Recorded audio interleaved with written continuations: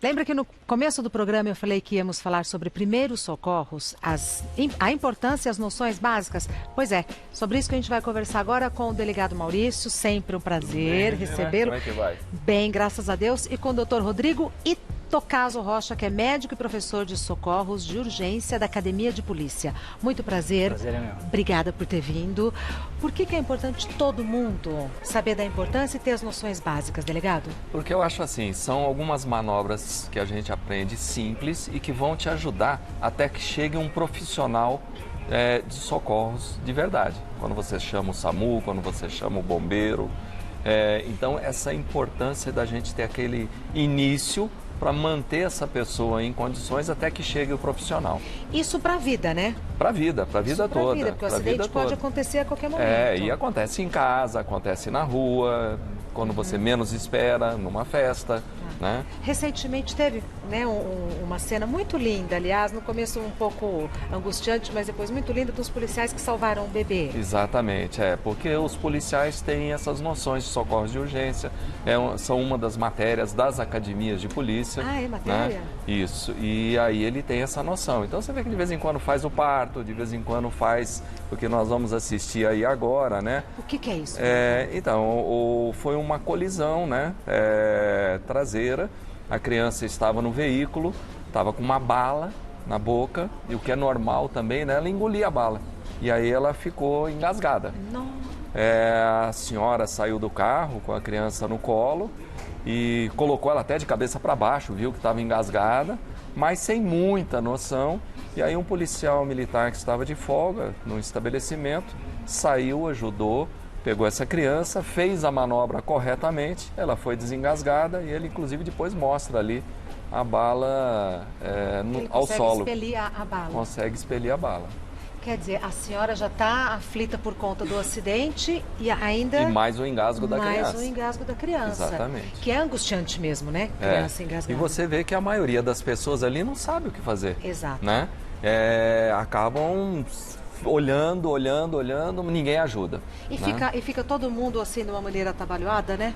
Parece que deixa o ambiente mais tenso. Exatamente. Né? E com nenhuma atitude proativa. O doutor Rodrigo vai falar sobre o assunto, depois vai ensinar algumas Eu vou mostrar massagens. uma manobra para desengasgar num boneco de simulação. Tá.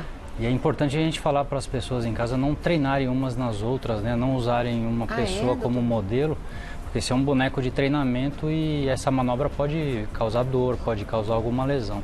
Então tudo que a gente mostra aqui hoje é para que as pessoas utilizem numa situação de emergência, né? Que ela se vê ali sem nenhum serviço no momento médico para atender e que numa ação desesperadora ela precisa tomar alguma atitude. Foi o que o delegado falou, assim, num primeiro momento realmente primeiros socorros até que chegue o atendimento especializado. Exatamente. Tá. Para que não produza, né? Vai treinar com um coleguinho ou com alguém da família Pode e aí machucar. causa alguma lesão, machuca e isso é perigoso, né? Vamos para Vamos. prática? Vamos todo Vamos mundo, lá. pessoal? Vamos lá, Vamos todo Gardina. mundo. Eu vou abrir aqui a roupa só para mostrar alguma parte anatômica, né, para ficar mais claro para os telespectadores. Quando a pessoa engasga, geralmente ela está numa mesa se alimentando, mas pode acontecer fora do ambiente de um restaurante ou de uma mesa. Sim.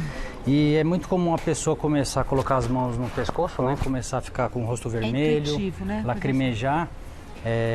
Esse tipo de manobra a gente só faz quando a pessoa não consegue falar nada. Porque às vezes a pessoa engasga e aí é um pouco de saliva que ela não teve coordenação de deglutir e ela ficou engasgada. Tá. Mas ela está conseguindo respirar, então ela não precisa desse tipo de manobra. Fazer assim resolve? Ajuda, A própria olhar pessoa- para cima, às vezes muda a posição da anatomia da própria laringe e a pessoa consegue coordenar melhor e deglutir, né, o que deu engasgo. Perfeito. Agora, quando a pessoa não consegue respirar, não consegue falar, não consegue nem tossir, quer dizer que ela está totalmente Dá um obstruída. desespero. Aí dá um Dá desespero. desespero, opa. E tem pessoas que estão acostumadas a engasgar, mas a maioria das pessoas não tem esse hábito de, né, É verdade, de ter doutor. o costume e manter a calma. Então as pessoas se desesperam, né? Geralmente derruba tudo que está na mesa, começa a chorar mesmo, né, e coloca as mãos no pescoço. Nessa situação, num adulto, geralmente vai estar sentado, né? Se ele está à mesa se alimentando, a gente vai afastar os braços para a gente já tirar um pouquinho do que poderia dar resistência para quem vai fazer a força, né? Ah. E aí a gente vai pegar uma região que é a boca do estômago. que é essa região aqui, ó. Tá. É a transição entre o abdômen e o tórax. Do jeitinho que o senhor está. Do jeito que eu estou fazendo. Tá. E aí a gente vai fechar a mão dominante, que a gente tem mais força, e vai fazer um nó com o polegar. Isso nós vamos colocar na boca do estômago. Perfeito. A outra mão vem por cima, e aí a gente vai fazer a pressão no sentido superior e posterior. Tá. Por isso que eu estou de pé aqui, porque é uma posição mais fácil. Por quê? Eu vou comprimir com os braços o tórax e com minha mão que eu estou fazendo a pressão na boca do estômago, eu vou fazer pressão sobre o diafragma. Tudo isso vai fazer com que aumente a pressão dentro do tórax e como aquele alimento está obstruindo a via aérea, eu costumo dizer que vai sair como uma rolha de champanhe. E sai? E sai. Já nas primeiras tentativas? Na primeira, é uma vez só. Ah, é uma vez. Geralmente com uma vez só, se você fez a força suficiente, vai aumentar a pressão e é o que a pessoa não está conseguindo fazer por instinto, né? Ela está tentando inspirar e está diminuindo a pressão no tórax. Tem que Quando voltar. a gente aperta, a gente aumenta a pressão e isso empurra o alimento para fora. Perfeito. Né? Esse tipo de manobra também tem que ser feito com a pessoa acordada, consciente. Pode ser feito em criança? Pode ser feito em criança. Criança até 2 anos a gente usa outro tipo de manobra. A gente segura a criança, um recém-nascido ou uma criança pequena na mão e aí a gente vai colocá-la numa posição que a gravidade vai ajudar e a gente vai dar tapa nas costas. Esses pequenos tapas vão fazer picos de pressão dentro do tórax e a criança consegue desengasgar. Perfeito. Recém-nascido às vezes engasga com o grumo do leite. É isso mesmo. Para a gente ter uma ideia, a traqueia de uma criança, ela tem a luz onde passa o ar na traqueia do diâmetro do 5º dedo da mão dela. Pequenininho. Tem 3 milímetros, 4 milímetros. Então, quando ela ingere o leite, aquilo lá forma um pouco de grumo e ela regurgita, aquilo pode obstruir a via aérea. Então, nesse caso, a gravidade tem que ajudar, porque é um material mais pastoso, não é tão sólido como um pedaço de carne, um pedaço de osso que a pessoa, um adulto, engasgou, uma bala. Então, a manobra é essa. A gente vem com os braços por trás, apoia a mão dominante sobre o epigastro e a gente vai fazer pressão contra o tórax, assim. Tá. Uma vez que faz isso, eu já fiz em mais de uma pessoa e a gente tá com o rosto próximo do rosto da pessoa, a gente ouve como se fosse uma rolha de champanhe. Faz puff, porque estava num ambiente de pressão. A gente aumenta a pressão e aquele alimento sai. Perfeito. Se a pessoa engasgou e perdeu a consciência, muitas vezes ela vai estar deitada. E aí a gente faz a manobra, o alimento ali é deslocado da via aérea, só que ele continua na proximidade ali, porque a pessoa não está alerta para expelir aquele alimento. Então é mais comum que ela recupere, tente respirar e o alimento desça de novo. Tá. Então nessas situações, no final do bloco a gente vai mostrar uma parte de reanimação, de massagem cardíaca. Então se a pessoa já perdeu a consciência, sempre que você vai prestar ajuda para uma pessoa, você precisa entender se aquilo lá é grave ou não, ou se você tem dúvida. Não sei se é grave. Se você tem dúvida ou se é grave, você tem que pedir ajuda antes de prestar socorro. Pedir ajuda? Pedir ajuda. Liga para o 192, liga para o 190, liga para o 193, né? Dependendo dos centros tem uma dinâmica Depois ajuda. Então, e primeiro... aí depois presta auxílio. Porque muitas vezes é uma situação grave, que a gente pessoa... não tem condições, né, delegado? A gente quer rapidamente ajudar e esquece de avisar. Exato. Né? Mesmo que peça para alguém ir ligando. Né? Às vezes eu não consigo ligar, mas eu posso pedir para alguém que está muito próximo de mim, né? Ou na rua, gritar, ajuda, liga e aí prestar o socorro. E aí vai atender. Tá.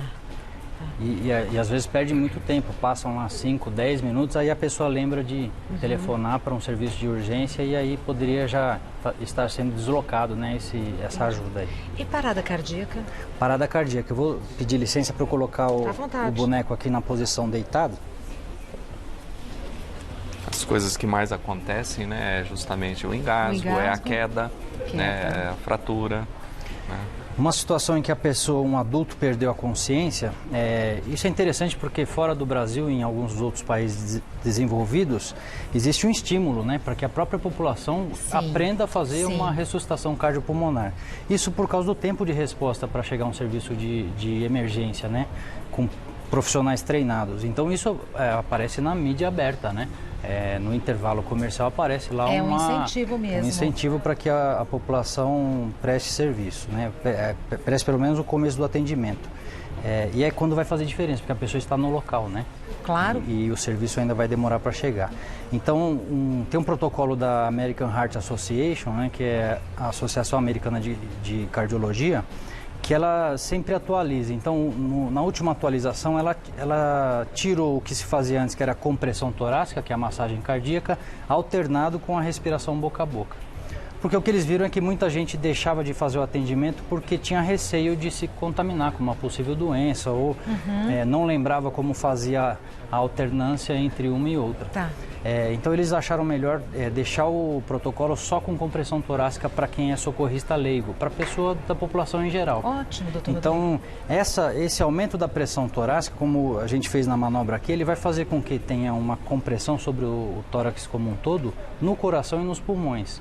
Então esse é o protocolo mais recente. É o mais recente. Tá. Ele vai fazer com que tenha enchimento do coração, esvaziamento do coração, mas dos pulmões também. Perfeito. Existe um pouco de ventilação.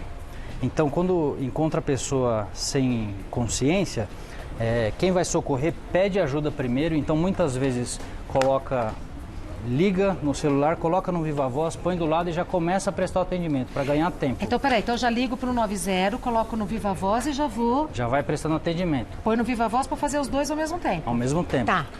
Chama a pessoa sem chacoalhar, mas com vigorosidade. Tudo bem? A pessoa não respondeu. Eu estou vendo que ela não respira.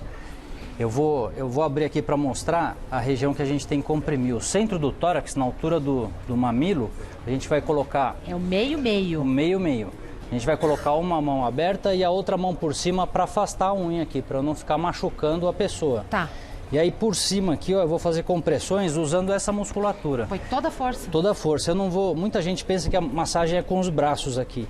Na verdade, essa musculatura fadiga rápido. Então eu tenho que usar a musculatura abdominal e lombar para aguentar mais tempo, né? E aí eu vou apertar rápido e forte. A frequência recomendada é de 100 a 120 por minuto. Então é mais ou menos essa daqui. E a manobra vai ser só essa, até chegar socorro. Contei 15 vezes. É para fazer 15 vezes mesmo ou não? Não, é para fazer continuamente até que chegue ajuda. Mas, doutor Rodrigo, e se não for nada disso e eu, ao fazer essa manobra, prejudicar? Não existe esse risco? Não, se eu fizer uma compressão, a pessoa já reagir, eu já percebi que ela, pelo menos, tem reflexo de dor. Eu paro. Se eu chamei, ela não respondeu.